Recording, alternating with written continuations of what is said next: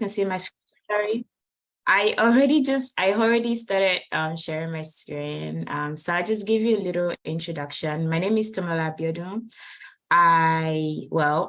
Where do I start from? Okay, two things. I work as a senior product manager at Microsoft, focusing on helping develop the Microsoft data governance solution Purview.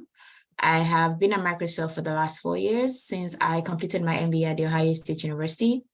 And in addition to my role at Microsoft, I actually have my own startup company. It's called Titan Consulting. It's a graduate school admissions and career coaching company. So you can check us online, on LinkedIn and on Instagram is Titan R Consulting, together one word. And the reason why I started this is I faced challenges in my first year of the MBA program. I struggled to get an internship, but at the end of the day, I was able to get like a second chance. I mean, the MBA program is 2 years, and I figured out that the challenges that I had were not because of the school or because of anybody. It was because I wasn't even self-reflective enough. Moving and doing like an MBA move or a career move from your home country to the United States, it's something that should not be taken lightly. It's something that you should take with all forms of seriousness because you're doing something totally different from what you've done before. The way you get a job is going to be very different. The way your resume will look like is going to be very different. So you have to apply different strategies, and you have to be able to speak up. You have to be able to talk. You have to be able to leverage the resources that your school is going to provide to you. And those are the things that I did in the summer of my first year, together with like an unpaid internship. You know how it was. Like I had interviews with Microsoft, Amgen, EY, and all of these amazing companies, but I didn't get them for my internship, which I later did for full time, right? But it was kind of painful because my friends got all of these amazing internships, but that didn't make me resentful. No, I am not a resentful person. I was very happy for them, but it also made me really dig deep to understand what could I have done better? How could I have put myself in the position that my friends actually were in? And that's what I did. Now, something that I noticed is, well, a lot of people do not have this knowledge, they don't have this exposure. Not everybody is able to self-reflect. And a lot of times when people eventually figure it out, it's always too late. And that's when you hear people saying, oh, they have to do something wrong or something to maintain their status. Or, oh, they say things like, oh, companies do not sponsor your visas. Or, no, it's going to be very difficult for you to get a job in this particular company. All those things are actually lies. If you prepare yourself, if you have the right resume, if you have done the right things, interview-wise, job search-wise, you should be fine. I mean, yes, a lot of things about chance and time, but a lot of it is also about preparedness, right? If you're not prepared for an opportunity that you're going to get, it's never just going to work out for you. And sometimes you have just that one shot. There's something that people always say, which I think Nigerians say a lot, which is, oh, don't worry, if it was yours, you would get it. An opportunity that is yours will not pass you by. I strongly disagree. An opportunity that is yours will continue to pass you by. Several opportunities will continue to pass you by if you're not ready and if you're not prepared. So there are chances that some of those things that you didn't get, they were actually yours, but you didn't prepare for it. And there's nothing that you could have done, right? If you're not ready for it, the next ready person is going to take it. Now it's up to you to figure out, how do I make sure that I'm going to be ready for the next thing? So that's why I started Titan Consulting, to get people ready, right? Irrespective of what their next step would be, career-wise, academic-wise, how do we get them ready? How do we plug them with the right resources and the right support? So I'm very excited. I do Titan on the weekends and after work. It's been really hectic the last 4 years of my life. And yes, it's really tough. But yes, I thank God it's been really good. Thanks, Tolu, for reaching out and giving me the opportunity to speak to the team. It's really an honor that I was even contacted in the first place. I was like, oh, okay, so somebody actually does know me. So it's really good. So thank you. I hope we're going to be able to get good value from the session today. So today's session is going to focus a lot on building your resume, right? Just developing like your resume strategies. And then we would go into having like the 2 resumes that were sent to me initially. We're going to walk around the resume. So it's going to be more of question and answer. Now, there are different people who say some people write resumes, right? I have an amazing friend that does resume writing. I don't write resumes. I cannot do anything for you. Like for me, you have to do the work yourself. I can teach you. I can help you review it, but I'm not going to do it for you. That's just my mantra, right? Because at the end of the day, it's not going to be sustainable for me to keep helping you do stuff when you can actually do it yourself and when I can teach you. So whatever I'm teaching you today, even if it's not your resume, I would like you to take action on it like it's your resume. So take your resume, have your resume in front of you and start making those edits like as if it was your resume that we're talking about. But the first thing is for your resume strategy, I need to let you know that it is just one anchor in your entire job search strategy, right? There are 4 main anchors that I have been able to kind of curate, which is the application, resume, networking, and interviewing strategy. And all parts of those strategies must actually check 1, 2, 3, 4 before you can actually get that job. But we're going to be talking a lot on resume strategy today. So there are 3 main things, right, that we're going to talk about. One is the content and structure of the winning resume. The second one is, well, identifying keywords for resume harmonization. That one is, well, we can talk about it today, but it actually flows in from the application strategy. But I can tell you how to do it. And then we'll now have building your bullet points. So for your content and structure, now your resume should be 1 page, except you have more than 10 years of experience, right? And even if you have more than 10 years of experience, everything has to be conceptual, like, or contextual, actually. So if you have more than 10 years of experience and you're like in a graduate school program, your resume should still be 1 page, right? There's no reason why your resume should be more than 1 page. There is no reason. Now, if you are a PhD candidate and you have written a whole lot of papers, you have different articles, now your resume can be like more than a page, right? But if you are looking for like normal business roles, software development roles, other data science technology roles, there's no reason why your resume should be more, like no reason in the world why your resume should be more than 1 page if you have less than 10 years of experience. And if you're in graduate school, there's also no reason why your resume should be more than 1 page. Then your bullet points must highlight like achievement, not job description. I don't want to know what you're meant to do. I want to know what you did. Because if I'm going to review your resume, I want to see what exactly did you do, not what you were meant to do. Everybody was meant to do stuff. Everybody has a job description, right? If I go to your place of work and I take everybody based off of job description, I'm going to hire everybody because, I mean, that's what you all were meant to do. So we have to focus on what exactly did you do as against, what you were meant to do. That's why it has to be like your achievements and not your job descriptions. And then your results must be measurable and quantifiable. A lot of times people tell me things like, I drove efficiency. How can I measure that? How do I measure it? It's not measurable. And if it's not measurable, it's not done, literally. So measurable in currency, percentages, and numbers. If it's not measurable, I can't even take you seriously, to be honest. I just like, you increase efficiency by what? Like, you need to tell me by something. And the good thing about doing your resume in this format, in this particular way, is that it's going to help with like your interviewing strategy. Because when you start to come up with your interview stories, and you start to come up with stories with the CAL framework or the STAR framework, you're going to need those anchors. You're going to need those points to build your stories. But if your resume was already done in a way where it's going to be difficult for you to identify what the measurable results are, it's going to be very difficult for you to come up with those stories. So it's going to be like you're doing your work all over again. You're starting from scratch, and that's going to be pretty hard. Then you can use any font type, to be honest. I don't really care about font type. I use Times New Roman because it looks clean, right? It just looks really clean. And then my font size, preferably 10 to 11, right? But feel free. Although you're not going to use like the fonts types that are like drawings and stuff. They have to look professional. And then you need to have a header. Your header should have your name, email address, personalized LinkedIn link, and telephone number. You don't really need your house address. Like it's not a house-to-house job, right? Even if you're going to put your address, so you can just put Austin, Texas or Seattle, Washington. You don't have to put, 5 something street, Austin. Like, no, Austin, Texas is okay. Because for a lot of those roles, if they want you to actually be there in person, they will have conversations, can you relocate or not, right? Or if they don't care where you are, it shouldn't matter. So you can just put Austin, Texas and not write the entire full address or take out the address, right? Now, I think a lot of times when people put those addresses is because maybe their work experience has been fully in Lagos, right? And then they came for business school or they came for their PhDs and they're thinking, oh, how exactly will this person know that I am present in the United States? Okay, you can put Austin there. That's fine, Austin, Texas. Then your personalized LinkedIn link. I hope you know how to personalize your LinkedIn link. You go to LinkedIn, at the top right corner, you have an edit public URL link there. You click on that, you personalize your LinkedIn link. So you remove all of the 5609, the numbers included after your name.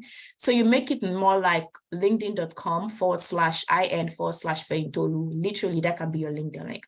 Mine is linkedin.com/in/Tomilola. So I can just tell somebody that's my LinkedIn link and they can search me there and there without having to go through the stress of looking at me. And it's easy for you to put that on your resume. And when you PDF your resume and you send it over to whoever, the person clicks on it and it takes you straight to your LinkedIn link. Then, wow, now this one is very academia focused. So if you're presently in graduate school, your recommended sections are education first, experience, additional information in that order. Summary is optional. However, that's just my opinion. And that's just majorly for graduate school. If you have graduated, so you already completed your schooling and you're actually doing a full-time job, it should be summary, experience, education, additional information in that format. Now, your finalized resume must be saved in PDF before you send out to recruiters.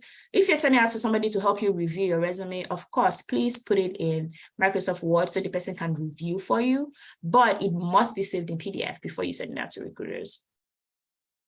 Now, I spoke about your resume following the itinerary bullet points. So I'm going to take time, and this is where we're going to go deep into the what, why, how, and result. Now, your content, the way your resume is structured, that's the design. It's good, but it's not really what I care so much about because anybody can work on the design, right? And professionally, don't spend too much time like putting like colors. First of all, don't put your photo in your resume. Don't do it. Like, bad idea. If you have it, just take it out. Bad, right? But don't spend too much time on like formatting. Experience, education, additional information, summary on top of it. If you're a graduate student, education first, experience, additional information, no summary needed. Like just do it in that format, have like that skeletal structure. Now your main focus should be on what the content of your resume should look like. Now your content of your resume is where you have your bullet points. So for example, you have worked, maybe, I don't know, you worked in Ghana, you worked in Cote d'Ivoire, and then probably you're here, you worked in Columbus, Ohio, and now you're working in Houston. You worked for different companies. Those different companies are going to have different bullet points. Your bullet points are exactly the content. Now, before I go ahead, I need to talk about the title of the roles also. Now, the role titles in your home country are a little different or might be different from the role titles here. Now, that's not for everybody. While I was in Nigeria, I worked at PwC. My titles were associate and senior associate. Those are the role titles for consultants here in the United States. So that's totally fine. Like that doesn't change. However, I know that people that worked in banks, their role titles were connected to their levels, right? So putting your level on your resume is not what you did. In the United States here, your role title should be what you are actually doing. So you need to look through what exactly is that role title? What exactly is that thing that they called you in your home country? That's probably not equivalent here. So if you're trying to do like a skills mapping or you're trying to transfer experiences, you need to consider what is the equivalent of that title in the United States or in Canada, basically, North America. Figure out what the equivalent is and then use that equivalent on your resume. Because something I have noticed that, yes, some things go through the ATS. Sometimes a recruiter actually looks deep and looks through all of the documents, but a lot of times the recruiters are undergrads. They just completed their education 2 months ago and their boss has told them, I need you to look for very specific things in this resume. And if those things are not there, we can't move the person to the next round. And you having a role title that is totally unconnected to what you actually are doing is already a red flag, and then you don't get called. So those are the things that you should watch out for. They will not have the bullet points itself. 1, you should not have more than 6 bullet points per role. So I worked at PwC. I was an associate first. I became a senior associate, and then I left. There should be no time where I should have more than 6 bullet points as a senior associate or 6 bullet points as an associate. I think I had like maybe 3.3 or 3.4 or something like that. Because this is not you listing job descriptions. This is you talking about your achievements, the things that you did, right? And once it becomes more than 6, it becomes very rowdy. And then you should also consider, for example, if I spent, just an example, if I spent 1 year as an associate, and then I spent 3 years as a senior associate, why would my associate have 4 bullet points and my senior associates will have 2? It makes no sense. Where you spend the most time, you have more bullet points, right? Although, if I had done this work a long time ago, very long time ago, then I can take out bullet points from it. I can take it away. I can make it all 1 because it's been a while and I want to highlight like my most recent experience. So you should do it that way. Now, we're getting into your bullet point framework. So irrespective of the type of experience that you have, I know that some people here are general practitioners, you could be a lawyer. It doesn't really matter the kind of experience that you have. Irrespective of your experience, your bullet points must follow this framework, or it must show these things: the what, the why, the how, and the result. The what, the why, the how, and the result. Now we'll start with the what. The what is literal terms. What did you do? These are the action words. This is where you get things like built, created, redesigned, engineered, restarted, conducted, collaborated, right? Those are action words that start your resume, your bullet point rather. All bullet points must start with an action word, with exceptions to the bullet points that you're still working on. So for example, if this is a project that you're still working on, so instead of maybe redesigned, it could be redesigning, right? That is fine. But for every completed project, it should be redesigned. It should be built. It should be created. Now, before I even go further to talk about the why, the how, and the result, I want you to see your bullet points as problems that you're trying to solve. And don't look at problems like it has to be huge problems. No. Any little thing that you have done is you providing a solution. So think about it this way. If we're all provided this job description, like, oh, these are the things that we're supposed to do, how would you have done it? How did Tomi do hers? How did you do it better? So those are areas where you would now think, because you have to do a lot of introspective thinking. You have to really think deep to understand, what are the things that I actually did in my role? What are the things, like, what areas did I make a change? How did I do things differently? So if maybe you're supposed to be monitoring cash or something like that, that's what you're supposed to do. Now, as an example, I mean, that's very fictitious. You're monitoring cash. How did you do it? How did you do it differently from the person that had done it before? Did you create a system around it? And when I say system, does not mean that it has to be something that you coded. No. Did you just create a structure around it, right? Did you come up with a way where you evaluate the people that have access to the cash before they even have access to it? So those are little things that you should think through and say, oh, this is how I actually did it. That's how you will get out those actions, that's where you get out your actions, or that's where you get out like the problem you're trying to solve. Okay, so look at everything and think through every day. I know that this is what I'm meant to do.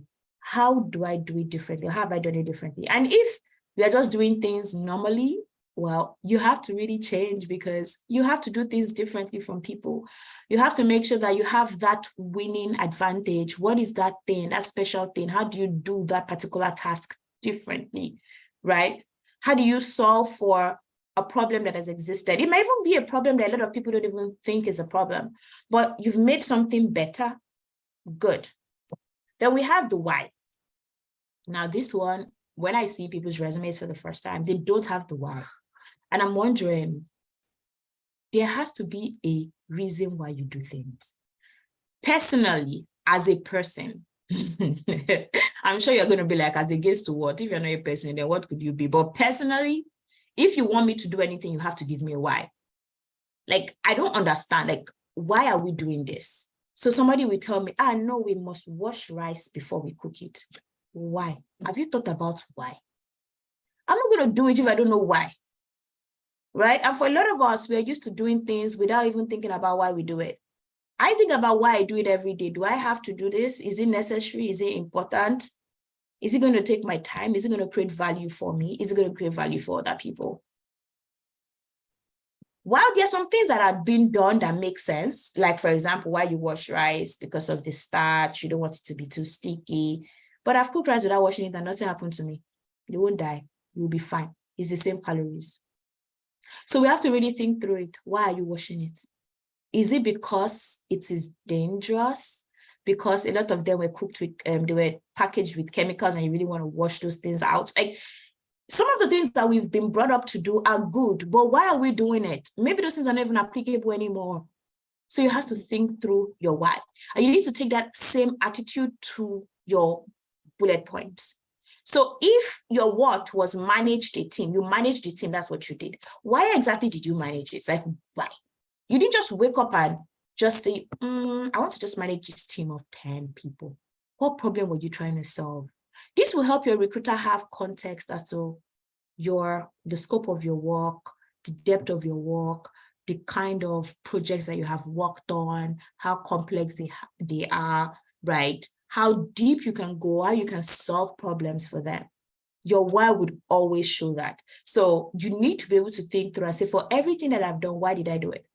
And if you don't have your why, you don't have a metrics to measure success.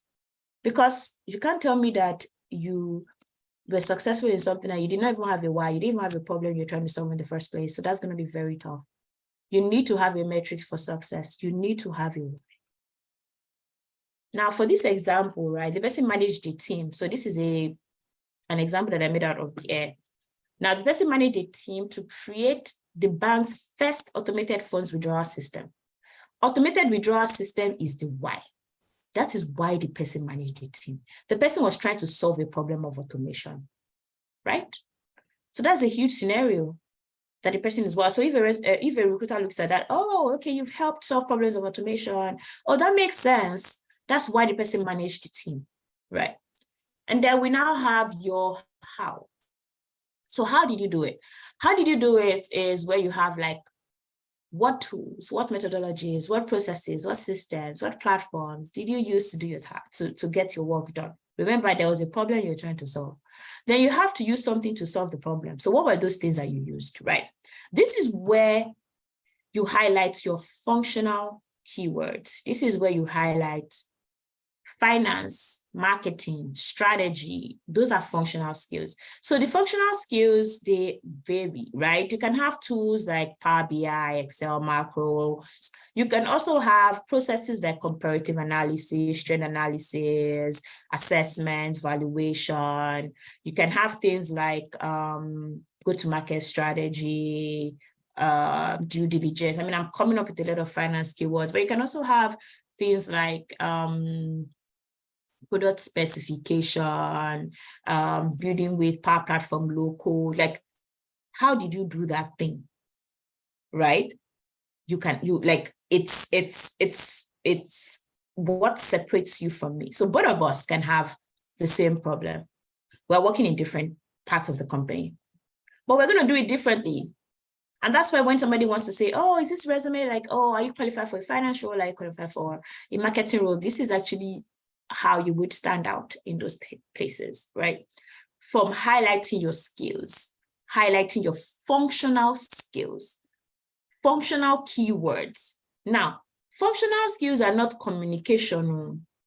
They are not things like that. They are technical skills that align with your area, right? The best way to get that done, let me see if I can do this pretty quickly. It's not within the scope, but let me just do it. Okay, so you see my screen in a bit. Sorry, I need to say celebrate for this one. Okay, so what I spoke to you guys about, I said, edit public profile and URL. Remember, that's what I said the first time. So here you personalize your URL, you click edit here, you personalize your URL and stuff like that. So let's go back to home. For your functional keywords, if you go to jobs, for example, if you're thinking through, let me see, product manager, let me just say product manager. That's my role. So product manager in the United States, there are 153,000 product manager roles. So those ones like, now for your skills mapping, right? Checking functional keywords, you can Google functional skills necessary for a product management role. You can do that. That's also good. But what you can really do is you can check through, oh, what are product management roles? The thing about product management is it's very broad, right? It's also product specific. So if you're doing a software solution, product management is going to be different. But what you can do is just go here, go to skills, show all skills. So here, requirements gathering, product development, competitive analysis, business requirements, those are functional skills and functional keywords related to product management.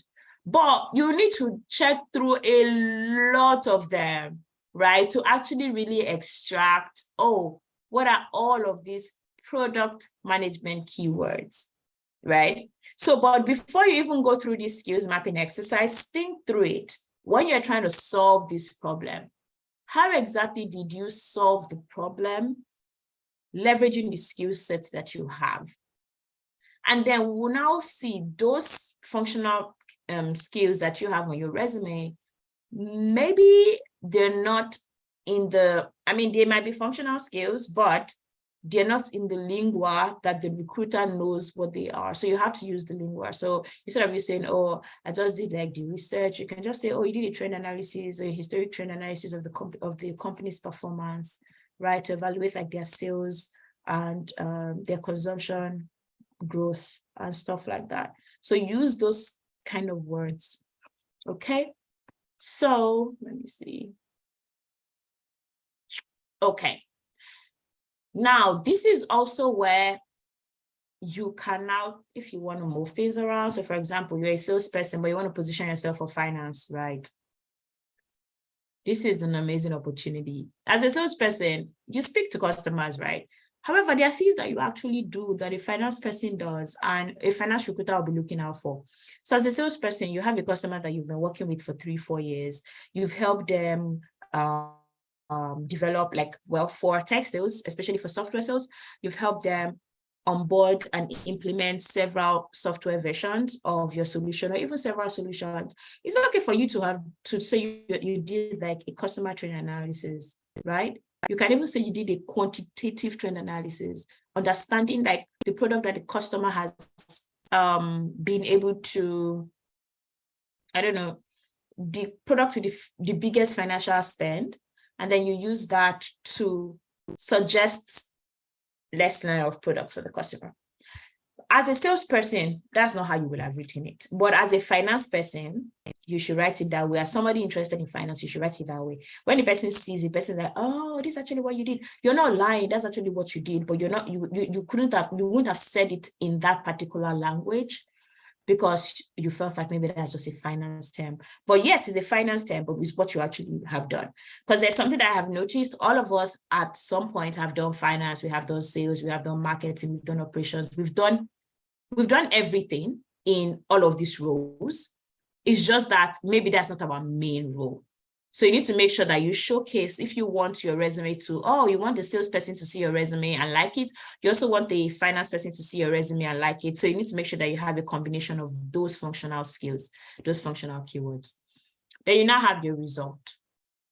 What was your measurable achievement in the bullet point, which is what I spoke about at the beginning. Remember, you had a why. So in this particular case, your results must be directly connected to your why. Somebody cannot tell me that they managed the team, they actually worked with the product team to develop product specification for the automation system, and then they're not telling me that they got a promotion as their result. Congrats on your promotion, but I don't care. What kind of result is that? Literally, you were trying to solve a problem. What result comes directly from solving that problem? The result that comes from solving that problem is efficiency, reduction in lag time, reduction in maybe elimination of maybe losses due to fraud. Those are things that are directly connected with automation. So you can say that you can now that end you maybe recognition and a promotion, but your result has to be directly connected to your problem that you were trying to solve. Something else people now say is that, oh, I drove revenue increase. First, yes, it's very, very possible that your automation will drive revenue increase in like the next, like if we're looking at the impact in layers, eventually, right? Because yes, if things are more efficient, you're able to do more transactions in the day, blah, blah, blah, blah, blah. But the initial result is not revenue. So you need to know that what problem am I trying to solve, and what are the results that come with solving that problem? And then you make sure that that is connected, right? And then what else should you do? Yeah, it should be in percentages, it should be in numbers, and it should be in the currency of the country that you're in. So if you have some experience in your home country and you're still keeping the currency, please just convert it to the new country. Like, don't stress the recruiters, they can't be converting for you. So put it in the currency of the home country that you're in. Okay. So I have like 4 sample bullet points that we'll just look through quickly. And the first one is redesign the debugging process by evaluating the industry, and we're evaluating the industry and adopting best practices, source partners, and implemented the new process, resulted in annual savings of $1 million, and awarded the prestigious EVP award in 2016. So the person redesigning is the action word. However, for this particular bullet point, the what and the why were connected. So redesigned the debugging process is a what and why. So the person redesigned the debugging process. So the debugging process itself provides context as to issues with, because this is an operations bullet point, right? So it's a warehouse operations bullet point, debugging process. So that kind of gives a lot of context. A lot of times, you need to explain more on the why to get context, but the redesign the debugging process is a combination of the what and why. They either have by evaluating the industry and adopting best practices, source partners, and implemented the new process. The operations keywords here, the how is evaluated industry trends, adopted best practices, and did like a partner sourcing and implemented a new process. That is the how. And the result is resulted in annual savings of $1 million.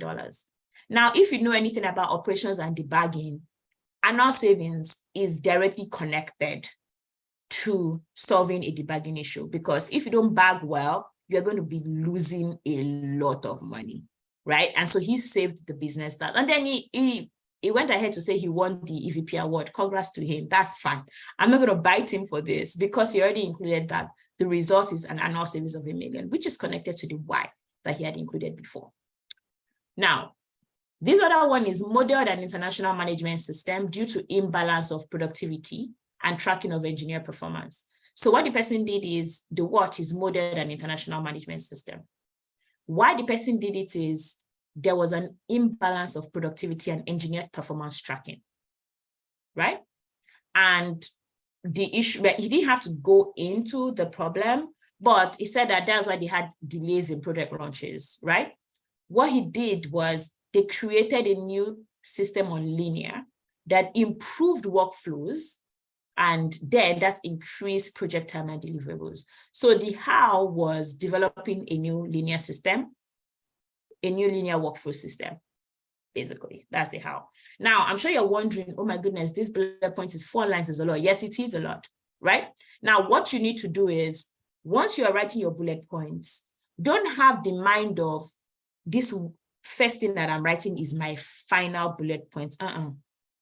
You should not restrict the way the information comes to your mind. Let it flow, write it out. And then you come back to it again and edit, and come back and edit. If you are trying to write 2 lines first, it's going to be very tough for you to write something really good, right? 2 lines first, it's going to be very tough. Then we don't have the other 2, analyze customers' profile on CRM using Pareto principle, assign the top 20 customers to teams to increase interaction, leading to 10% increased patronage and overall 17% improvement in financial position of branch. Remember, this is branch, not bank. You cannot increase the financial position of the entire bank by 17%. Anybody that just sits down is just like, you must be a joker. Like, what exactly is your role? A CVP? Like, but if it's the branch, it makes sense, right? A branch is a small branch, right? And you can improve that financial position. But this person here, analyze customer profile, that's the word, right? And how the person was able to do this thing is using Pareto principle. They kind of explained that. So it's very marketing focused, is a very good functional keyword. But this person did not necessarily really talk about why they did it, right? But you can really infer that they had maybe customer mismatch, but they could, customer product mismatch rather, but they could have included here, analyze customer profile to fix customer profile product mismatch challenge by using Pareto principle, right? That could also have been included there. Then finally, collaborated with a team of 8 to conduct forensic audit. This one is easy. Collaborated with a team, what? To conduct forensic audit, why, right? On a 15-year loan disbursed to 12 people, discovered excess charges of 10 million and engineered reconciliation and recovery of excess charges. How the person was able to solve for this is the person did like a reconciliation engineering, right? And then, but this person spoke about it from, he used this how to solve the problem, which is like engineering reconciliation, right? Now, don't feel like I have said the what, the why, the how, and the result. I'm sure you might be asking, does it have to be the what, the why, the how, and the result? Not all the time. However, your bullet points must start with an action word. So the how, the why, the result can be in any direction, right? Any format is how you can tell it. But you must start with an action word, right? So that's the best way to actually start. You must start with an action word. Okay. So now I'm going to stop sharing my screen a bit to take questions, and then I will start sharing. Let me see. I'll take some questions and I'll start sharing what Fentolu, these resumes that Fentolu sent over to me. Okay, thank you, Tomi. If you have questions, you can please raise your hands or put it in the group chat, and Tomi will be happy to address it before we proceed with like the working session for resume review. So questions, comments, observations.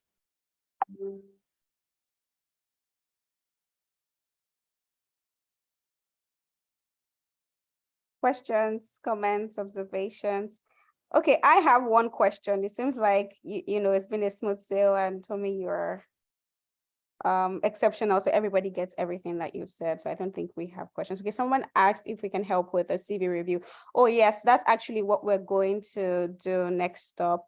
We already had like 2 sample resumes from the team that Tomi will be doing like a quick overview of. Good thing is they're from different sectors. One is from healthcare, and I think the other is from tech or finance. So that would help us like have a balanced view of how to tailor our resumes. But if there are no other questions, I do have a question. My question is more about like positioning your resume if you wanted to like pivot, for example. I know that might be like a rabbit hole, but I was just curious as to like how to go about that, because I know a couple of people in our group had mentioned wanting to pivot. So like all of these examples are fantastic, but like what if you've never actually done anything in that role? Like how would you position your resume to show that your skills are translatable to another role or another industry or another sector? Yeah, that's a very interesting question. I would say that the answer is not even in the resume, it's not even in the resume strategy. The answer is you developing like a job search strategy. Why do you want to pivot? A lot of times people want to pivot because they think that something is the in thing that can get them a job. So if you want to pivot, I would like to know why you want to pivot for starters, right? What is the reason why you're doing it? Because whatever you're going to look for there is probably not there. So you need to know why you're trying to pivot. Some people believe that, oh, I'm not getting a job because of the kind of experience that I have. That's not why you're not getting a job. It's just because you don't have like a good job strategy. Now, if you want to pivot because of you are passionate, I mean, I used to work at PwC Nigeria. In my former life, I was a chartered accountant. And then I came for my MBA and I started working in marketing for a platform as a service solution for Azure. Now I'm in technical product management. I don't know what I'm going to be doing next year, right? So I am somebody that is really very open-minded, but I really have to think through, okay, is this what I want to do next? Not because I think is the in thing, but how exactly does that fall into my career development goal and strategy? You need to be able to figure that one out first. Once we now have that, and you're saying, oh, I think this is going to help me because in my present role, maybe I want to be more technical, which is what I told my former manager. I want to be more technical. And he's like, okay, maybe we should go in deeper. Let's see how we can provide you resources to help you to be able to do demos, customer demos, because my own marketing was more of consulting analytics and coaching for the sales field. So I used to go and have customer meetings. And that was the reason why, right? And then I discovered that maybe I product management, I could really use it in maybe my next life. And I really wanted to see, okay, if I'm going to grow in the tech industry, I have accounting background, I have an MBA. Am I really going to get to the top without having an engineering background? Maybe not. I want to position myself where if in the next 5-6 years I'm looking for, oh, I would need somebody to lead a team or somebody that's going to be right for CVP or EVP, I should be in that position. So that's me thinking about my career in that way. So if you want to move, right, you need to think about it in that particular way. Not, oh, I think it's something that is good, that is just the in thing. That's why I'm always very hesitant when people say, oh, I want to switch my career. Why are you switching? Now you have to think through your job set strategy. But that being said, eventually, if you want to, there are two ways to do it. You can get project experience. So I don't really like all of this. I attended the software development bootcamp, and that was like the best. It was really good. I was doing hands-on stuff, but a lot of the things that people do are not really hands-on, and like, I don't know how to explain it. It's not going to really help you. Some people say, oh, they're doing one particular, trainings and courses. Like, oh, I'm doing one particular certification. Certification is not going to help you, right? Like you having a certification is not going to help you. It's not going to change anything because you don't have that kind of experience, right? You being able to show that you can do something in that way is what would position you for success. So having project experience, you can develop the project experiences yourself.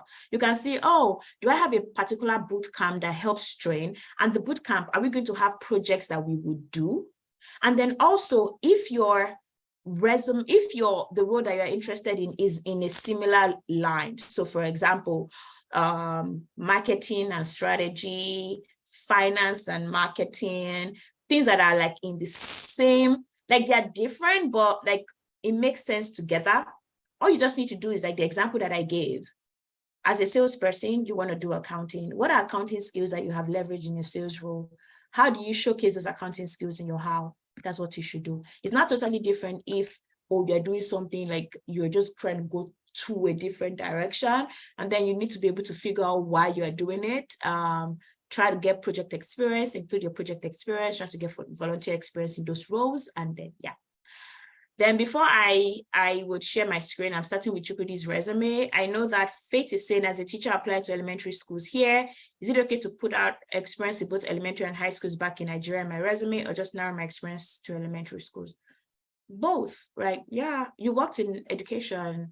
The good thing is for the schools here is K to 12, right? Kindergarten to grade 12, and that is elementary to high. So it's okay for you to put your entire experience in there. So let me share my screen. And then Yemi said, can you help with CV review? Yes, we would be talking a lot about that before I close. I actually have a coaching company, so we offer those services, and we're happy to speak with you after. So, and sorry to quickly chip in, we would also next week we'll be talking about pivoting roles from like whatever role you are to, like, you know, hot roles or roles that most people want to get into right now. Most people want to get into tech, nursing, or the medical health sciences line. We'll be touching on that next week. So if you have questions on that side, you can just keep it for our next, session next week, and we're happy to address that so that Tomi can focus on this. On this one, yeah, that's good. I have one comment though. I always dissuade people from saying they want to do nursing. I need to know why. Were you doing nursing in Nigeria? Why do you want to be a nurse? Like, why? Is it because you think that you're going to make money as a nurse? Maybe not. And tech is not even a role. It's an industry like financial services. You can do anything. It's the same business analysis role, operations role. Why exactly do you want to do this thing? You can't just jump on every bandwagon. You need to know your why. So take time to think through your why, so that when you're asking the person questions next week, the person sees that you've thought through the reason why you want to do stuff before going ahead to leap in. But yeah, thanks for that. So for Chukwudi, yes, you all can see my screen, right? Okay, so that's good. There are a few things that I would say about your format, but I'm not going to spend too much time. So all of these things that you put here, it should be one line.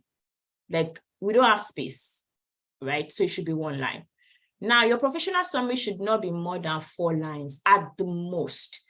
People don't have time to be reading things. People have a very short attention span these days. So everything you are written here, they don't even want to read it. So your professional summary should be not more than 4 lines. It should be able to summarize the technical skills that you have, technical skills, right? And examples of when you have leveraged those technical skills. So you are talking about, oh, you have 4 years of experience in project management, agile management. Maybe you have worked with Fortune 500 companies or companies in some particular industries, reinventing process improvement and data analysis, leveraging 3, 4, 5 skills and making this particular type of impact. Good. Now, I have a different opinion on core competencies. You can include your core competencies, that's fine if you have space on your resume. But I'll always say that your skills should be embedded in your bullet points, right? So when somebody sees one bullet point, the person should see that you have those skills in there in the bullet point, because when your resume goes through 8 years, those are the kind of things that they're trying to see, they're trying to look out for. So you calling out your core competencies, for example, and not including them in the bullet points is not going to help you. Because, so you mean that you have these competencies and you didn't use it in your bullet point. You don't want to do that. And there's something that, there are some very basic things that I don't want to see in anybody's resume here. Microsoft Office suites. Like before, don't put it. So teamwork, communication, Microsoft Office suites, those things are basic. For your level, of course, you should know how to do it. So it doesn't help you putting those things on your resume. It doesn't help you at all. It doesn't. Putting those things on your resume, it doesn't help you. So take it out. I like the things that you have included. See these G Suites, please just take it out. Just take it out. I like agile management. I like you leveraging Tableau, take out corporate communication, customer service management. Those things are too vague for me. So business development, project management. Of course, you're a project manager, like we already have that there. So I would say you should take everything out, because people are very attached to the skills that they have there, but it's very important that your skills are embedded in your resume. So I'm just going to check through your professional experience. So first, I don't need to know that your role is remote. It doesn't mean anything to anybody. I don't need to know that it's remote. It shouldn't matter for any reason that your role is remote, right? So center manager. Now, center manager doesn't really mean anything, right? What does center manager mean? And like the thing we said first, you need to have a role that aligns with the role equivalent in the United States. So here, it could be business development manager for the kind of things that you have done, right? So maybe business development manager is what you should include there, right? Now, I know why you must have put remote, because you said it's March 2022 till date, and they are wondering, you are in Minnesota, so please, why are you working for a company in Ocean State where you're in Minnesota? It's okay, remove the remote, business development manager, March 2022 to date, right? And I still have a lot more questions, but I think I'll have to ask those questions offline because I need to know, because it's going to help me actually give you the right recommendation on what you should do if I have more context on how you should handle this, but let's leave that out. So you have 8 bullet points. You don't need more than 6. In fact, you just started working in March 2022. So you've just worked there for a year and 3 months, 2 months, April, May, June, 2.5 months. So your bullet points at most should be 4. At most should be 4. Now, if we start with the first one, effectively manages the center, ensuring high quality business activities with maximum quality service and profitability for the organization. This one is your work summary. That's what you are meant to do, right? This doesn't say it doesn't talk about any problem that you have solved. It doesn't talk about anything that you have done in a different way. It doesn't say that. It doesn't put you out in that way. It doesn't. So here you are supposed to, I would say just take it out, except if in managing the center, right? And you said you are managing profitability. What are the things that you have done to improve profitability? What projects did you take on to improve profitability, right? Did you do like an assessment of something? And when you did that assessment, it came up, you were able to identify opportunities for improvement. Like those are the things that I want to hear, that I want to see. Then the second one, strategize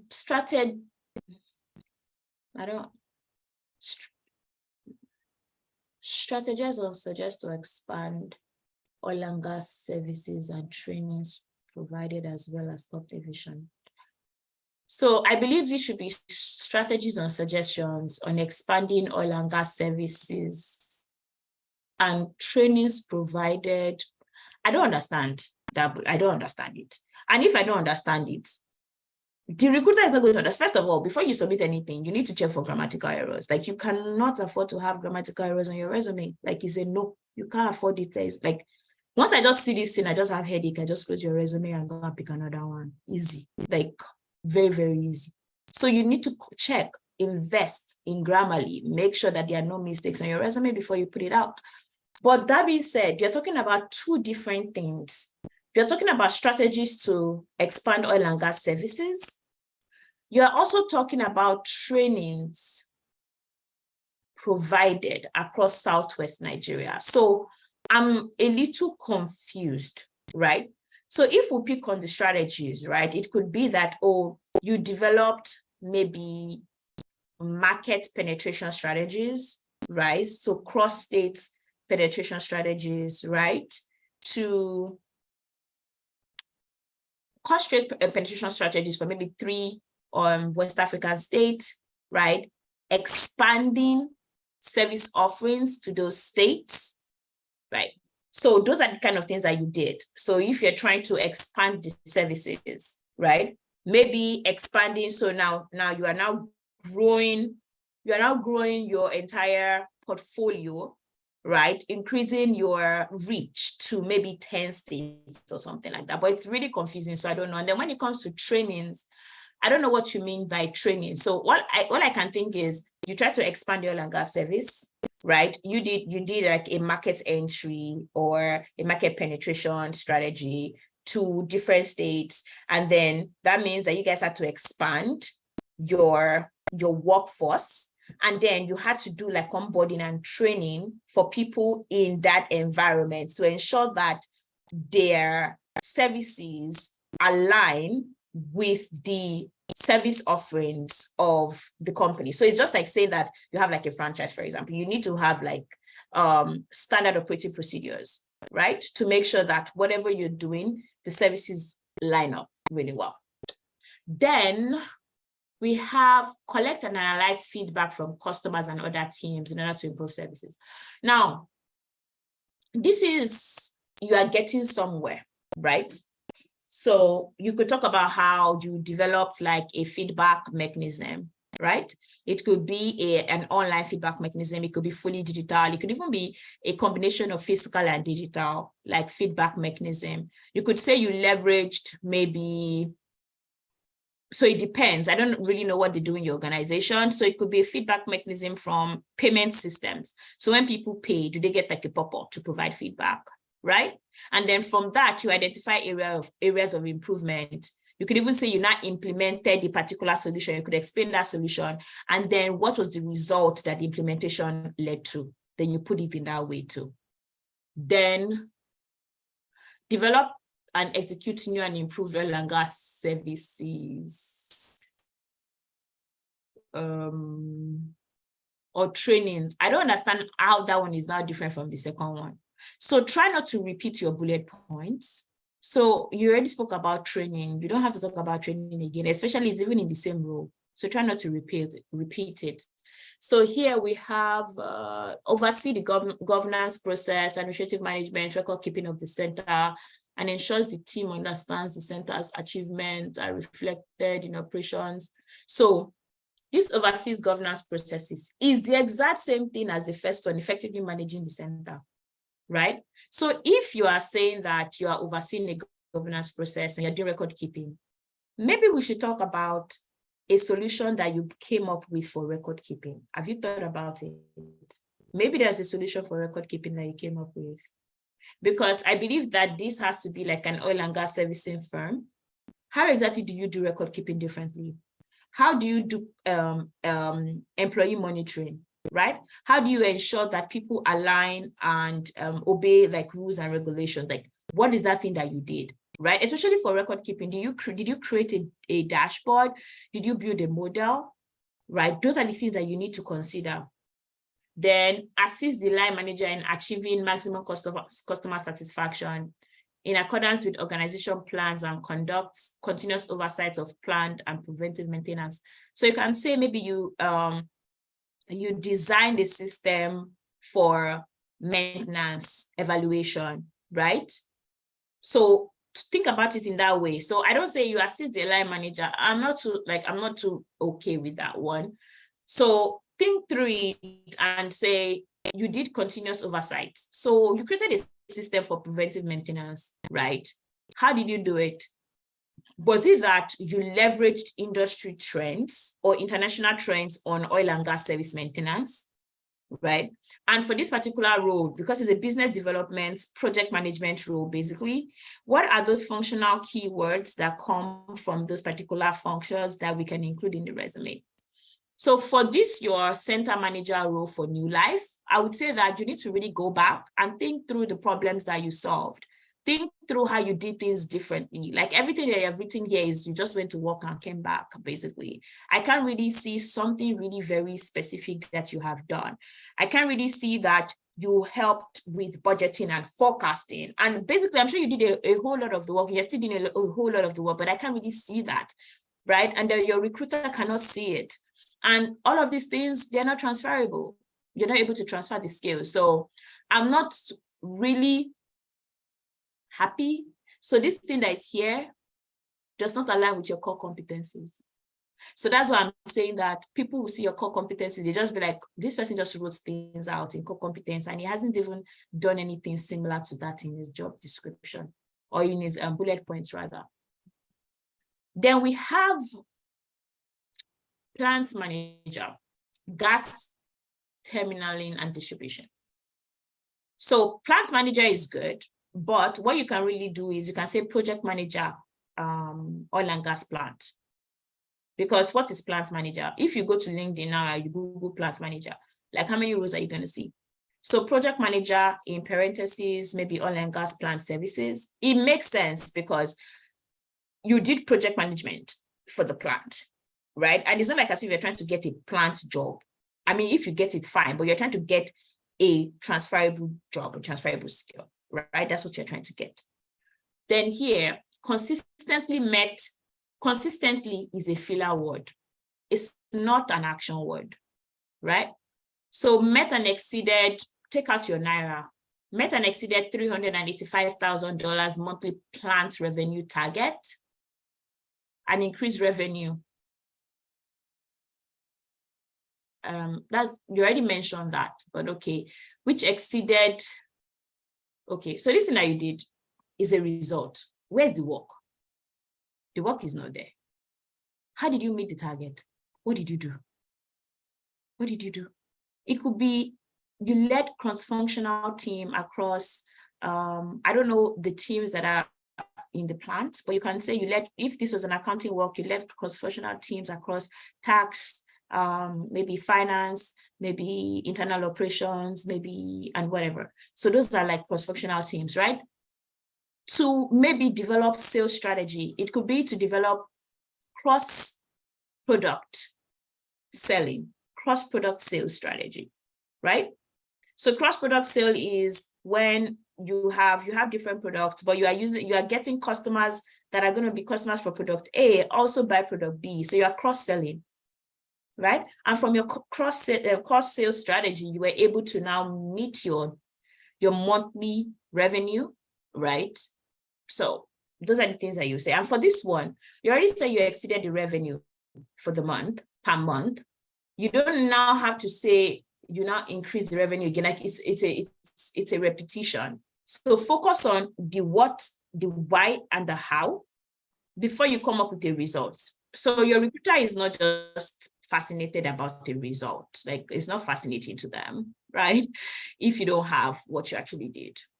Then this is the same feedback here. What did you do? Where's the work that you did? I want to see it. Then here, develop key relationships amongst business stakeholders, product suppliers, original equipment manufacturer, vendors, and customers within this sector. So you develop key relationships, right? So that's actually, for a sales perspective, developing key relationship is good, right? Increase customer base. So developing the key relationship means nothing if I don't know how you now translated that to increasing the customer base. So develop key relationships and onboarded customers, right? To a particular, leveraging a particular maybe product, right? So you develop the key relationships and maybe optimize our sales pipeline. Like, I need to see those words. And now, as much as I'm even seeing your resume, I'm already looking at this project management that you put here. Does not align with your resume. So I see what I'm thinking is you think that project management and agile development is what is reigning, because you have put it here and I'm already here. And all you have done is sales, marketing, and management, which is not bad, which is fantastic. So don't jump by the bandwagon. You need to figure out, like, if you're going to tell me that you've done project management and agile management and process improvement, I'm not seeing it. I'm not seeing Tableau. Even the G Suite that I say you should take, I'm not even seeing it here. Right? And that's very, very confusing for your recruiter.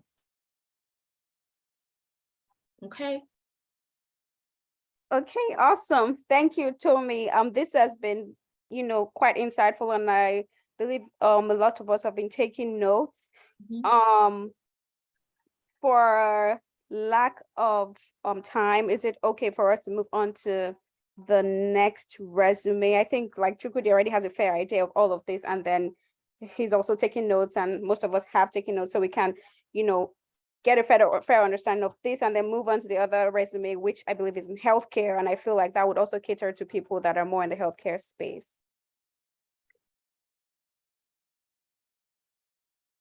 So Tomi Lamikora, include your LinkedIn URL link. So you already completed your education from Harvard. So your experience should come first, basically, and you should have a summary. So I feel that this resume is very, very good. You've done a whole lot. So for you, because you actually finished your MBBS in 2004, your resume definitely should be more than a page. It should be a lot. So that's good. That's fine. You should have like a summary here. And that's where I'm now thinking through. What's the purpose of the resume? What's the purpose of you trying to do a new resume? So is it still you trying to get like a job within medicine? Or are you trying to do like maybe hospitality management. Now that's something totally different. I mean, it's not totally different, but then you have to showcase that you have management experience and business experience. So right now you are an attending at Springfield, Illinois. You've been there since July 2020. So now this here is where I'll need you to now write your specific bullet points.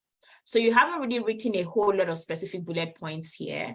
And as an attending, you are managing like the resident, the interns, right? You are managing them. And aside managing them, you are teaching them, they're teaching the residents, and you are also responsible for critically ill patients. And as an attending in your particular, I think ICU, I think you're here in the ICU, you actually have ways of doing your own thing. So you will have implemented some process improvements within the ICU. So those things they might not look like big deals to you, but we should include it there, because anybody that sees that you're an attending already knows that, okay, you are saving lives, like you are doing a whole lot of amazing work. But what would you like to highlight? Which is why I said, what's the purpose of the resume, right? Are you trying to get into get into another hospital, you want to do business hospital management, and then we need to see, if we're priming you for hospital management, what are the process improvement skills that you have done? How have you been able to save the hospital money while not compromising healthcare for the citizens, for human beings that you're providing healthcare for? So that's kind of what I want you to do for all of your resumes, all of your bullet points here. While you were a chief resident, I'm sure you had even done way more, because as a chief resident, you are responsible, you have much more responsibilities, right? So everything that you have included here, so daily teaching of internal medicine, resident students during morning reports, noon conference, and mobility conference.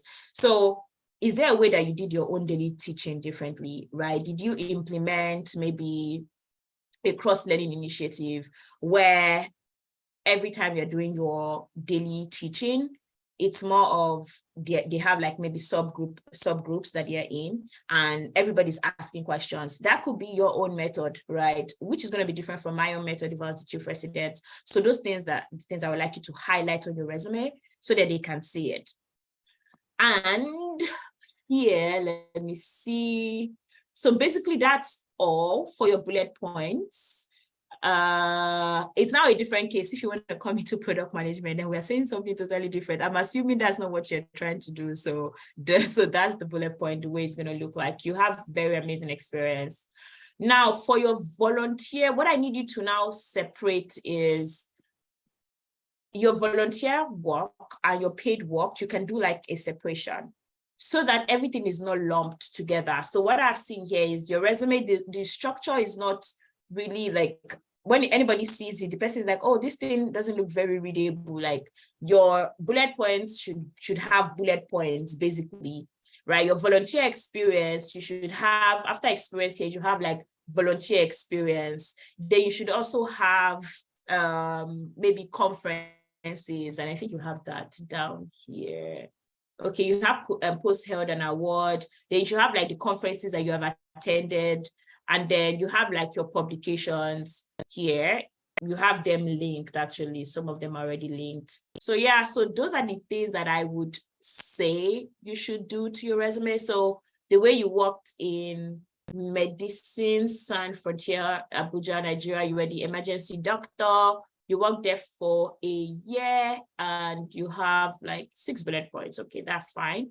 But I need the bullet points to be able to have the what, the why, the how, and the results. Now, for you, it might not exactly be in that format, because I know you definitely will have why. Like the problem you're trying to solve is not even ambiguous. Like there is a why every time.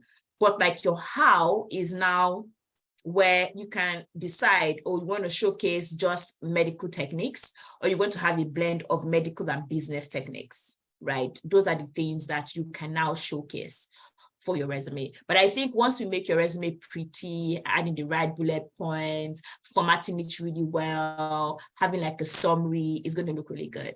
So my own is, I think you can stay on the 3 pages, but we could find ways to reduce it to 2 pages too, but you definitely do not need to have a 1-page resume based off of the extensive experience that you have.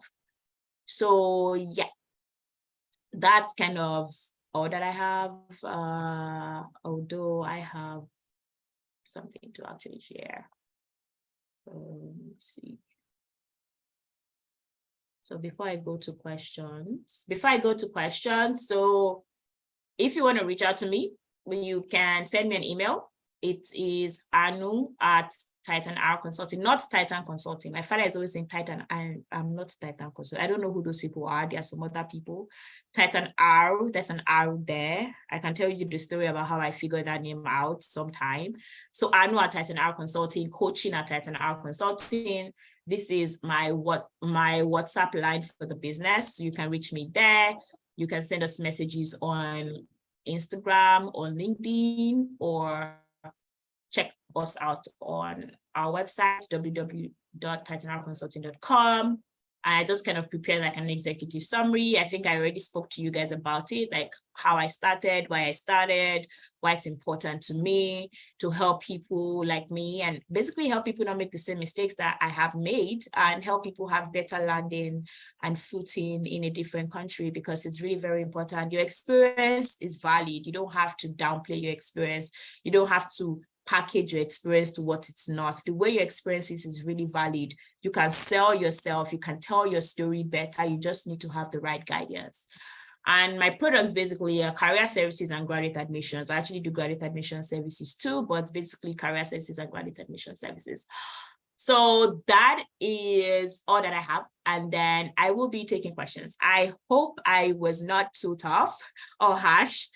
Victor, it's not, don't take it personally. I'll just see those things. I'm like, oh my God, Victor is trying to kill me. So yeah, feel free to reach out if you need any help, any support, and I will let you know how I can support or help you. I know we have just about 30 minutes. So Fenton, is it okay if I go through like the questions that people have? Oh, yes. Yes, okay. Up next will be questions. So if you have questions, please signify by raising your hands, or you can put it in the chat section and we will be sure to review it. Yeah. Questions, comments, feedback, Chukwudi and Tomi as well. If you have follow-up questions, you can, send it in while we await, questions from everybody else. Yeah. I have Petrina. Oh, she said she's with me on certifications. Yeah. So having practical experience and just branding yourself, like your experience is great. You have amazing experience, is telling your story. And Nancy, if you've had about 5 years experience before grad school, what are the points to focus on? So that's, I don't really understand. So what kind of experience do you have before grad school? What kind of grad school are you in, right? Those are the things I will now think through. For grad school, it's a totally different ball game, because for grad school, you have university recruiting opportunities, which is how I got my job. So for university recruiting opportunities, you are applying to roles a year before you actually land those roles, before you actually resume.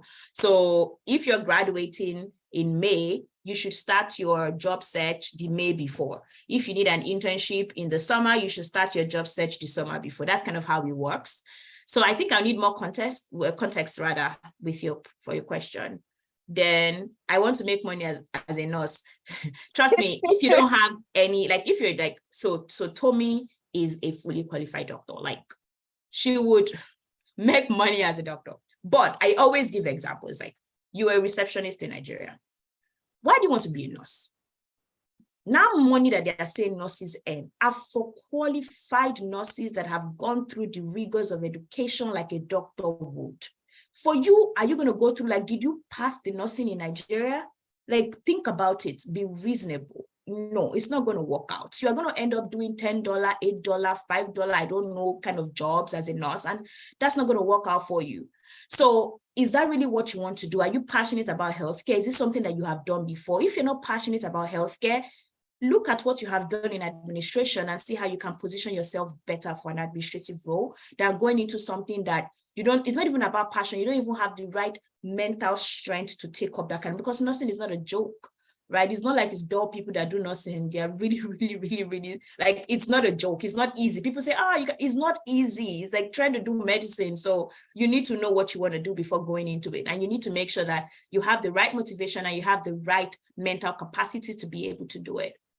I should provide more context though. So that is Prof is like our I know. or Yeah, not yeah, the yeah. I wrong one. figured. So it was Yeah, a joke. I know. I figured. That's what people always say. And then he also heard I want to go into tech because there's money in tech. What is tech? Very fluid. It's just an industry, right? So, like, now some people are like, oh, they reach out to me. So I heard that data science, I want to do machine learning. You want to do machine learning?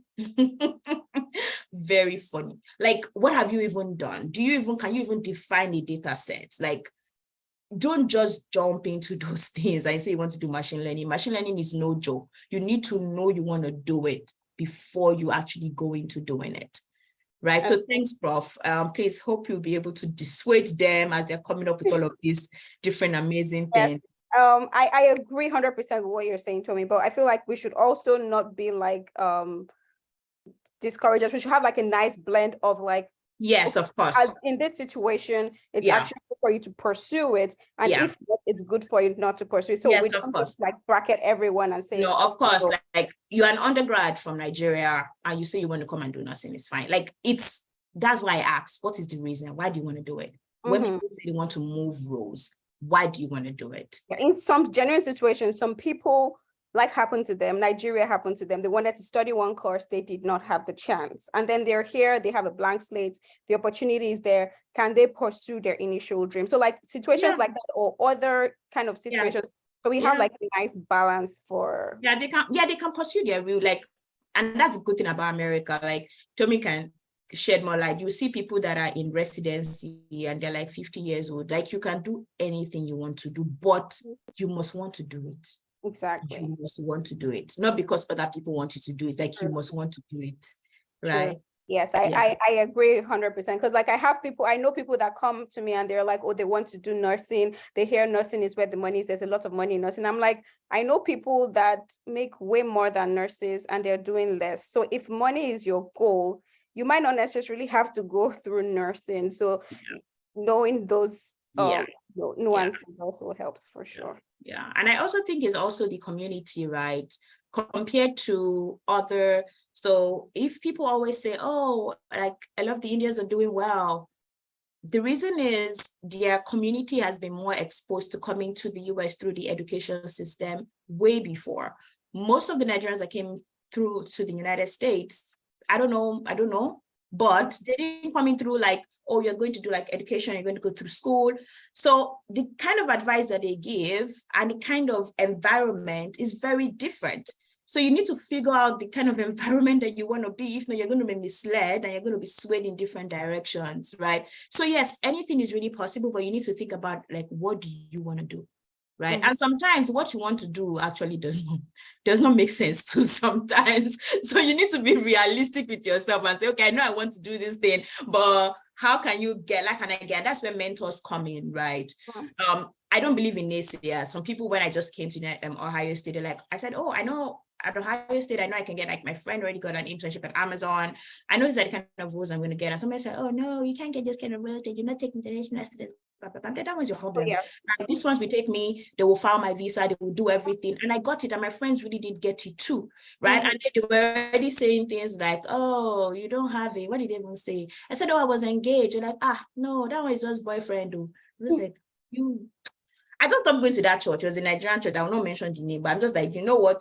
No, I'm just going to go and meet my American people who are stressing me. So you need to put yourself in the right place with the right people, have the right guidance and have the right mentors, and know that the thoughts that like what you have is valid. And it's fine if you speak to a mentor and the person says, maybe I think you should focus on process improvement a little bit for now, right? And then maybe, that's totally fine. And then if you're thinking about, because I know a lot of people, they even get matched from Nigeria. So if you're a medical doctor, like I always tell people that my Nigerian doctors, they will be matching, right? Because they are good. So if that's the line that you can see that, these are doctors, this is what they are doing, but don't think that you can get to that doctor money without putting in the doctor work. So that's where there is like a disconnect. Yes, it looks like Antonia had a question. Yes, Antonia, please go on. Hi, hi everyone. I'm sorry, there might just be noise at the background. It's my toddler, and I can't go away from my ears. I'm not sure if this has been treated because I joined in a bit late. I apologize, but I wanted to find out. So I have vast of my experience when I was in Nigeria in let's just say marketing, right, in a mortgage Mhm. bank. Okay. And before I left Nigeria, I did human resource has always been my passion. I did master's in Unilag, and I also was chartered in personnel management, that's CIPM in Nigeria, right? Mhm. But I didn't have the chance to practice till almost when I left Nigeria. So I practiced for about 5 months Mhm. before I finally traveled, Mhm. right? So being here in Canada now, when I first came, I tried applying for human resource positions, but Mhm. I was getting maybe admin or it Mhm. was just funny, right? So I just Mhm. decided that I should just do a bit research, a bit of research more on how to get to where I was in Nigeria, at least just somewhere close to, And then Mhm. I realized that it's kind of like regulated. You have to do some form of courses and have like the professional, what's it called, certification Body. also. Mhm. That's the HRPA right Mhm. here. So I'm Mhm. in the process of getting the certification, but I just Mhm. wanted to find out, is it possible for me to still get into the human resource jobs with my resume? Thank you so much, Tomi, for all you did with other people's resume. It has given me like insight on how to go and work on mine.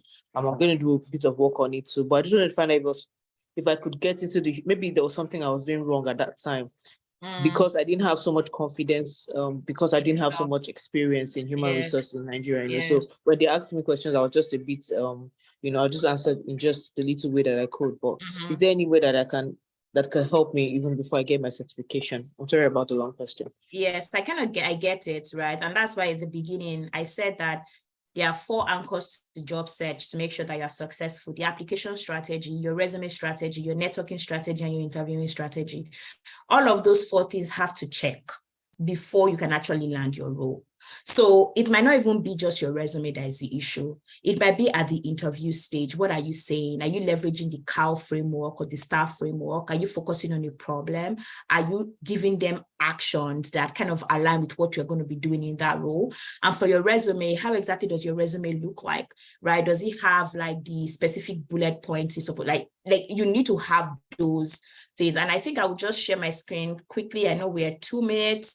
Let me see if I can get my own resume.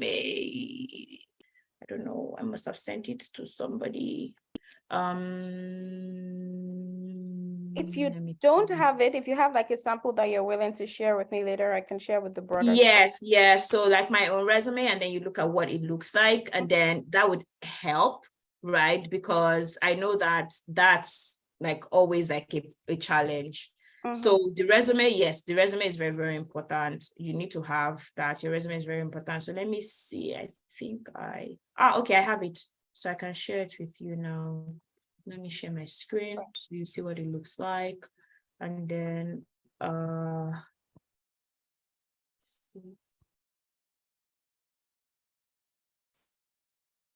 okay. So can you see my screen? Yes. Yes. Yeah. So this is the resume that I had.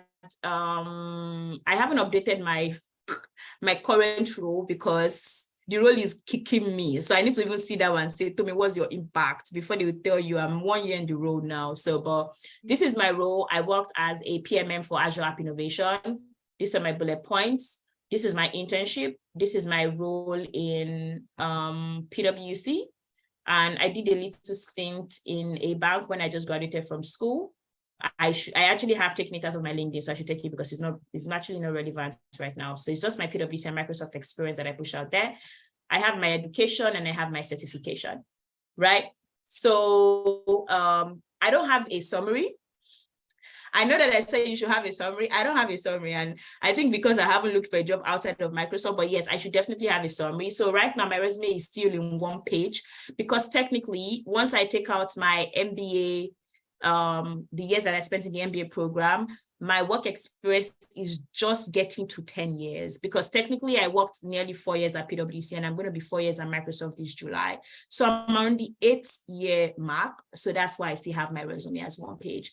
So look at the way I start with the action words and see like all of the numbers that are there, all of my functional keywords and skills. And then I put my education as last. If you're still a student, then put your education first before certification and information, right? So yeah.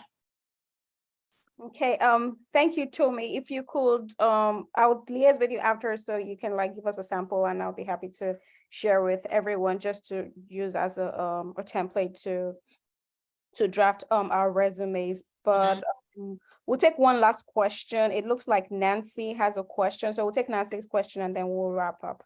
Okay. Hello, Nancy, thank you very much.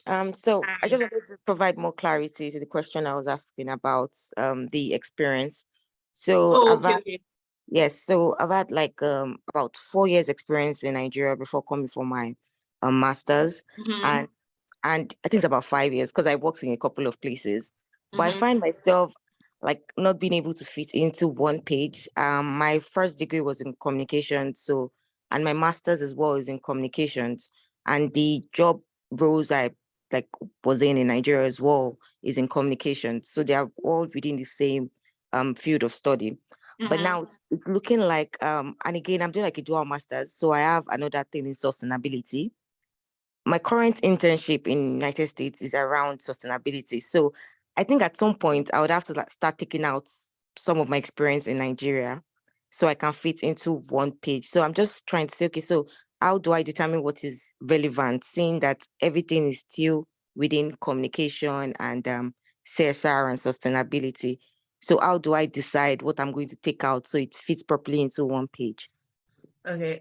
Honestly, your experience is just 5 years. So irrespective of if it's communication or anything, it has to still be within one page. And I don't think you need to take things out. Where I think that you must be having a challenge is, I don't know how many bullet points that you have listed.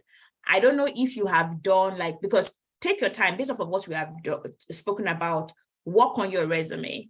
Because if you work on your resume based off of the way we have said the what, the why, the how, and the result, you cannot have like 8 bullet points under your role because you are going to be thinking about 8 achievements that you have done. Is very, very like it's not like just listing job descriptions, right? So you probably will be you have 4 or 5 in your different roles.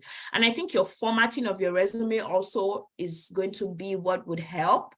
And I don't know. So work on that. Maybe you can share with me and then I can just take like a quick glance and tell you the things that you should take out. But right now you have just 5 years of experience, irrespective of its communication. Your resume should not be more than one page. Like I don't see what you have done that should make you have more than one page experience, one page resume rather. So I think it's the formatting. Maybe you are putting some things that are not relevant, and maybe you have like just long list of job descriptions. Okay. Oh, well, that has been very helpful. I think that addresses your concerns, Nancy. Okay, yes, she said, okay. So Yemi has a question. It looks like we're going to have more questions, but Tomi gracefully already shared her contacts with us. So if you have more questions or you want to book a session with her, she's quite affordable and she's, also offered to like give discounts. I am prophesying it, I'm speaking it into existence that offered to give us discounts on this group. So you're booking a session, tell her you're from this group, and I'm pretty confident that you'll be able to negotiate something, a very solid deal. But so I think it's time for us to wrap up. We're just gonna say a big thank you to Tomi. If we can just unmute and just say thank you to Tomi Abiodun. Thank you. Thank you, Thank Tomi. you, Thank Tomi. you for having us. Thank you, Tomi. Thank you, Tomi. Thank you. And then we'll Thank you. just have our closing prayers. Okay. I want to request our Honorable Professor Jexi to wrap up the prayers today.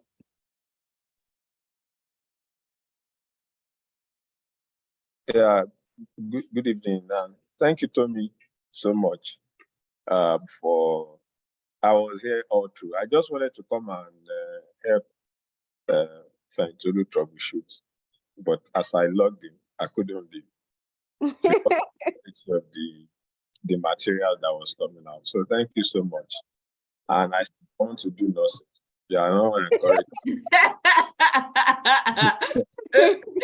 Me, I want to combine nursing and tech together. So I'll be tech in nursing.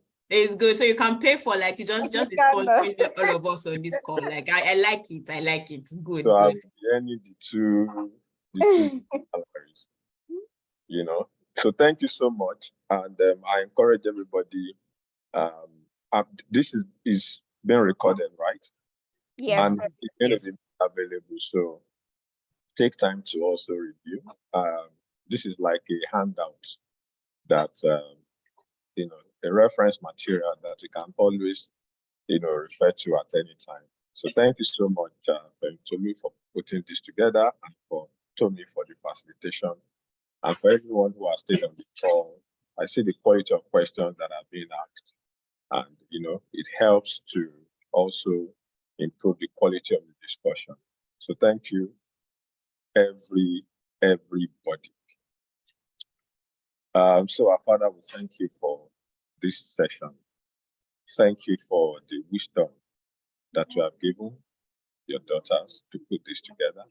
Thank you for our facilitator. Thank you for the divine knowledge that you have given her, and that she has blessed us with out of the abundance that you have given her. Father, we are grateful, and we pray that you will replenish our wisdom and our knowledge in the name of Jesus.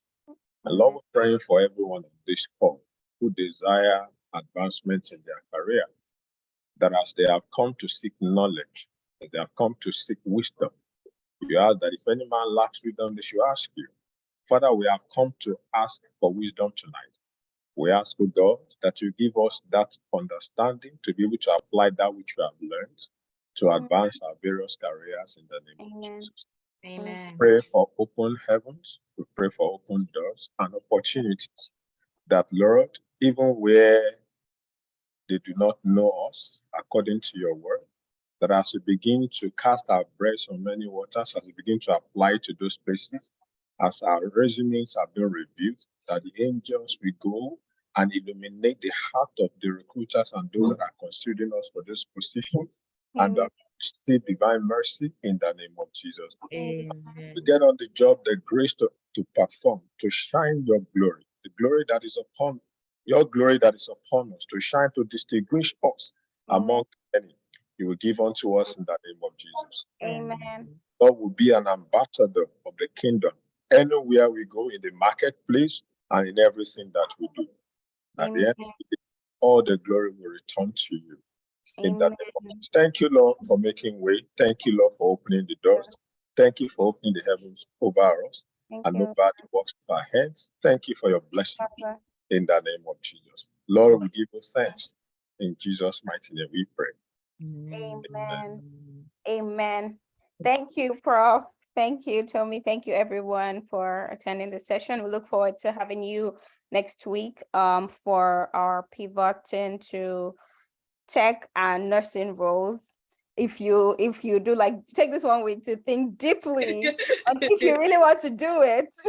And Maybe Like I me, should join that nursing role. Maybe I should join his if you want to do nursing and tech, what of them I want to do together like me? Can we still come?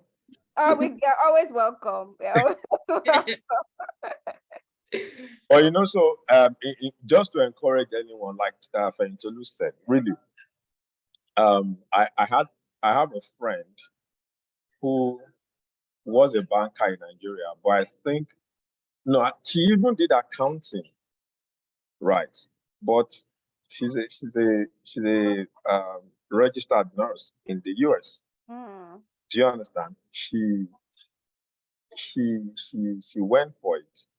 I don't think the motivation was money, and that's what Tomi was trying to say. So don't misunderstand what she was saying.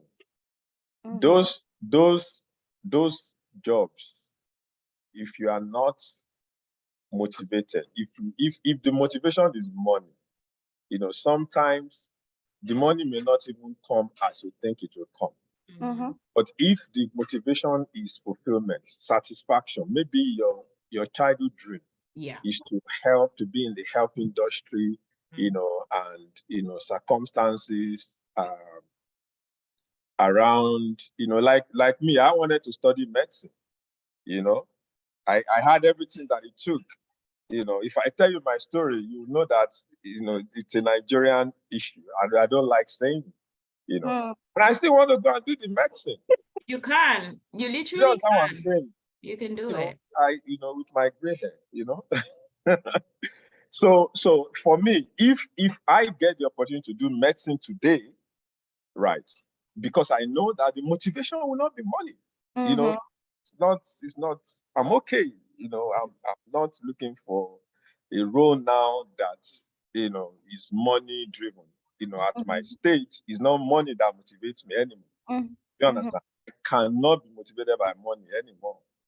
But it's the passion. So anytime I hear medicine being discussed, I am kind of among the so many things that I do today. It's something that I can still do. So if you are like me or some other people, and you know that, oh, this is really, really what I want to do. And the good thing, the truth is that when you do what you can do for free, right? What you can do for free, if that is what you now do, and you are being paid, the money will follow. As in, money will just money. If I wake up to me now, that Tomi, Tomi is a product manager, right, with Microsoft. Yes. If I Yes. wake Tomi, please, there's somebody resume, I need it to be reviewed. I need, she won't even think about it, right? See the way she was pouring things out, right? So she doesn't need to pursue this kind of, path because of money. Yep. It's something that is part of her, right? So whatever you're passionate about, if you pursue it, money will pursue you. True. That's the way it is. So Yeah. money is good, but I don't think it should be your primary motivation when it comes to choosing career. Yeah. A lot of people want to do business analysis, they want to do data analytics, they want to do tech, they want to code. They will even go and, all these, there are a lot of trainers around now. And 6 digits, and this one, come and do coding. When you now pay the money, now start. I didn't know Python and snake. Now Python is a coding language. See, confusing, so there's so many things that we can do. There's a lot of opportunity in the environment where we are. Just ask God, look within, what are you passionate about, what are you interested in, what can you do? Your skill. I'm not trying to repreach what Tony has said, preach, reiterate what Tony has said. But I'm just trying to reiterate that everything you have heard tonight is the complete truth. Don't falsify your resume because they say you have to. Don't tell them what you cannot do or what you have not done. In the things you have done in Nigeria, there are a lot of transferable skills that you can put. When people come to me and say, I was at the operation in Nigeria, so you don't need to lie. Look again. Those things that you did, they call it something else here. So read this recording, please listen to it again, and you will see the substance that have been delivered today. Thank you so much, Tomi Abiodun. Thank you. Thank you. Thank you, too. Thank you, Prof. Thank you, Tomi. Thank you. So we've officially come to the end of our resume clinic. Thank you everyone for attending. We hope this was very helpful. We look forward to seeing you next week. Thanks again, Tomi. Our driver will be coming to give you a ride back home shortly. Bye. Bye. Thank you. Bye. Bye, guys. Bye.